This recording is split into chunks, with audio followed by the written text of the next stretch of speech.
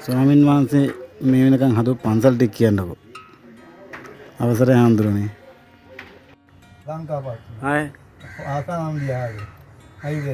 මෙතන මේ පාර්ලිමේන්තුවේ හැපැත්තේ වාලච්චි නේ. පාවාඩියේ හැපැත්ත පාර්ලිමේන්තුවේ මේ පැත්තේ පද්දලන්න. ඕ තියෙනවා. ඒක. මහින්දාරාමේ කියන්නේ. දැන්. ඔව්. හයිද? එරාවුරේ පන්සල. ඒතර හාමුදුරුවෝ ඇදුවේ ඒ කියන්නේ එහෙම භෝගස් ඉඳලා තිබුණේ. ඉඳලා ඒ දවසේ ඉන්නකොට සංවර්ධනය කරලා යුද්ධ දවස්වල. පන්සල්නේ හිටියේ හාමුදුරුවෝ හිටියේ මේ ලොකු හාමුදුරුවෝ විතරයි. අපේ හාමුදුරුවෝ වෙන කොහෙවත් නැහැ මේ අම්පාරේ මෙයා. හිටිය අම්පිටි සමුලද හාමුදුරුවෝ. ඔව්. හාමුදුරුවෝ විතරයි හිටියේ. ඒ මින්දලා මේ අර මග පෙන්නගෙන කරපු එක නේ කියන්නේ. මගේ එදා ඔව් දැහදුවා කියන්නේ අර ආරක්ෂා කරන් හිටියා කියන්නේ නේ. තමයි කියන්නේ. අර වියදම් කල්ලි හෙත් කරනවා කියලා කියන්නේ. අද වඳින්නේ පුඩන්. හාමුදුරුවෝ කවුරු හිටියක් කා. ජයන්ති පුඩ. ජයන්තිර එහා පැත්තේ. දවදල් භෝගා විතරයි පට්ට ගලව මං එළු.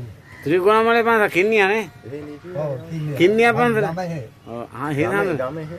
ඒතර කින්නියා පන්සලේ හාමුදුරුවෝ මෙහෙ එනවා වෙලාවකට. ඔව්. ඒ චයින බියා. චයිනා බේනේ. ඔව් චයින බිය තමයි.